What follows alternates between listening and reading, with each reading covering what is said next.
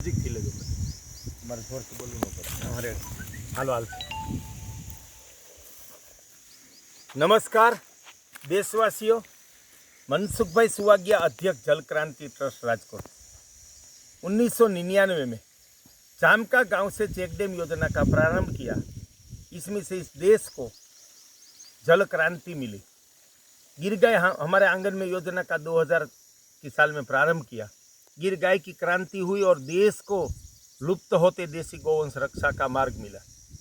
2004 में गाय आधारित कृषि का प्रारंभ किया, जो भारत की कृषि और किसान की एक संजीवनी समान पद्धति है, सबसे सफल पद्धति है। सन 2008 में आदिवासी क्षेत्र भेखड़िया गांव से दिव्य ग्राम योजना, जल जमीन जंगल जीव सृष्टि जन समाज का जतन की योजना साकार की। विद्वानों ने बताया कि किसान से लेकर गांव से लेकर सकल जीव सृष्टि की शाश्वत सुरक्षा और राष्ट्र के विकास का मूलाधार ये दिव्य ग्राम योजना है।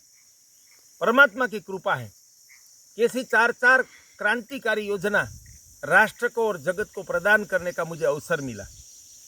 ये सत्कार्य करने से जैसा कार्य करते हैं हम, ऐसे लोग मिलते हैं। शराबी को शराबी मिलते हैं, जुगारी को जुगारी मिलते हैं, और जो कोई काम चोर है उनको काम चोर लोग मिल जाते हैं। लेकिन हमारा सत्कर्म था तो उसमें हजारों सत्कर्मी योद्धा मिल गए, कर्मयोगी मिल गए। उसमें किसान है, उसमें मजदूर है, उसमें गोपालक है, उसमें शिक्षक है, उसमें उद्योगपति है, उसमें प्रोफेसर जैसे विद्वान हैं, और बहुत सारे लोग हैं। धर्मगुरु भी है, जो वास्तव में एक सच्चे धर्मगुरु है, जगत को कुछ देना चाहते हैं। ऐसे धर्मगुरु भी, साधु भी हमारे साथ जुड़े हैं। तो मैं मानता हूँ कि परमात्मा की वो बड़ी कृपा है। जैसे हमारा हृदय की भावना होगी, हम सत्कर्म करेंगे तो सत्वगुणी आत्मा अपने आप वहाँ खींच कर आएंगे। ऐसा एक सत्वगुणी आत्मा है ये हरेश भाई जीवाणी। वो पांचवी तक पढ़े एक किसान है। वो गांव में बुद्धिमान किसान नहीं माने जाते, एक सामान्य किसान है, भला भोला सीधा सादा सामान्य किसान है। और आज से 22 साल पहले हमारा परिचय हुआ जामका से, तो 20 साल से मेरे मित्र हैं, हमारी जल क्रांति ट्रस्ट की सेवा से जुड़े हैं। और अपने गांव में सरकार की योजना में जो चेक डैम आए, वाटरशेड योजना में, उनको निष्ठा से संपन्न किया। दाताओं के सहयोग से वो चेक डैमों की ऊंचाई बढ़ाई और जल रक्षा की क्षमता बढ़ाई। तालाब को, चेक डैम को गहरा करके उनकी जल संग्रह क्षमता फिर से बढ़ाई। ऐसा जल रक्षा का हरेश भाई ने और गांव वालों ने मिलकर बहुत अच्छा काम किया। गांव से 3 किलोमीटर दूर हरेश भाई का खेत है। वहां ये बंजर भूमि पड़ी थी, इसको लोग तालाब मानते थे, पानी भी नहीं भरा रहता था। तो यहाँ मेरे ख्याल से 4 एकड़ ऐसी जमीन में उन्होंने 435 वृक्ष, अकेले व्यक्ति ने उनके बीज, और जिसकी डाली लग सकती है, बरगद की, पीपल की, उनकी डाली लगाई, नीम का बीज लगाया, बोरसली का, करंज का, उसका बीज लगाया। और यहाँ आज हम देख रहे हैं कि ऐसे 400 से ज़्यादा वृक्ष एक व्यक्ति ने अपने खेत में जो कुआं है, बोर है, वहाँ से पानी की पाइपलाइन यहाँ ले आए और उनको पानी पिलाया। जब वो व्यवस्था नहीं थी तो बैलगाड़ी में पानी लाते थे और बाल्टी से, और जो तेल का डिब्बा है उनमें भर भर के उन्होंने ये पौधे को पिलाया, और आज इतना वृक्ष हो गया। हर एक गांव में हर एक 1 से 5 व्यक्ति ऐसा सोचे कि जिस धरती में मेरा जन्म हुआ है, जहाँ मेरे पूर्वज अपना जीवन पसार करके गए हैं, जिस गांव में मेरा खेत है, तो वहाँ मेरा दायित्व है कि मैं कुछ सत्कर्म करूँ।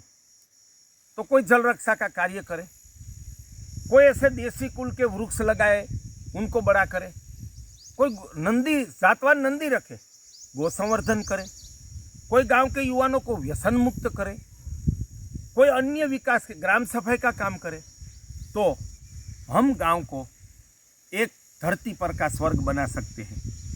आज एक बुरा विचार खास करके सौराष्ट्र में और देश के हजारों गांव में फैल गया है। गांव में रहना नहीं है, गांव में लड़की की शादी नहीं करनी है, खेतीबाड़ी करनी नहीं है, गोपालन पशुपालन नहीं करना है, बस शहर में जाना है। देशवासियों, मैं आपको बताना चाहता हूँ, मैं किसान का बेटा भी हूँ और एक फ्लोटेक सबमर्सिबल कंपनी है राजकोट में, उनका मैनेजिंग डायरेक्टर भी हूँ।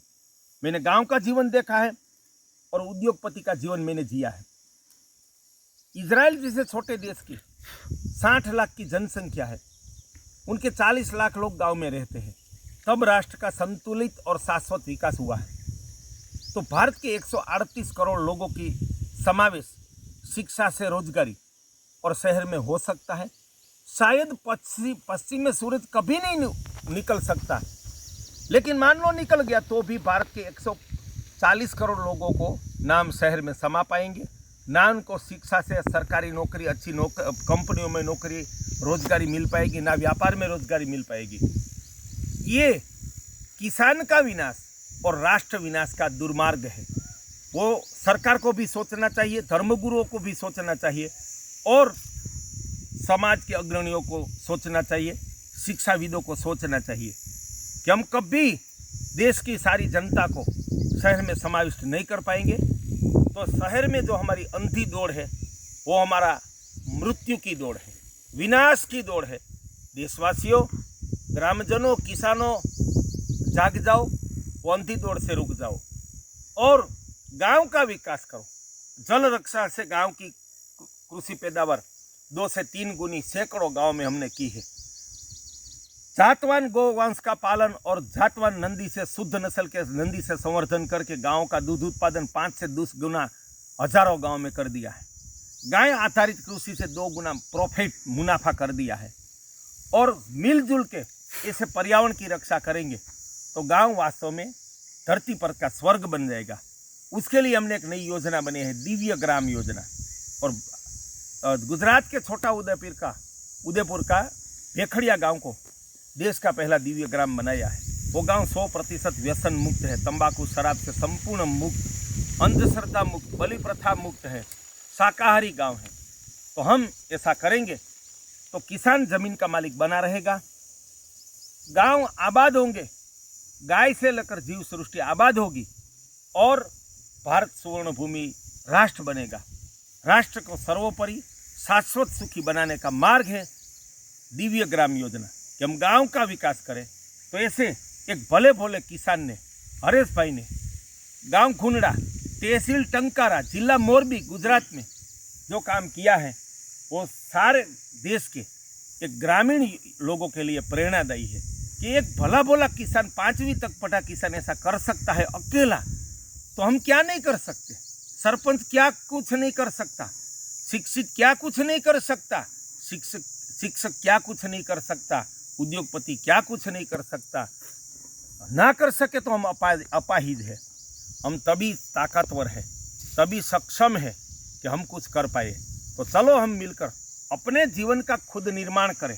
दान देना है तो सत्कार्य में दो, वो ही पुण्य का मार्ग है, वही ईश्वर प्राप्ति का मार्ग है। जहाँ धर्म स्थान करोड़पति अरबपति बने और साधु अरबों रुपया में अपना जीवन गुजारे, वो धर्मदान नहीं है, वो पुण्य नहीं है, वो धोखेबाजी है।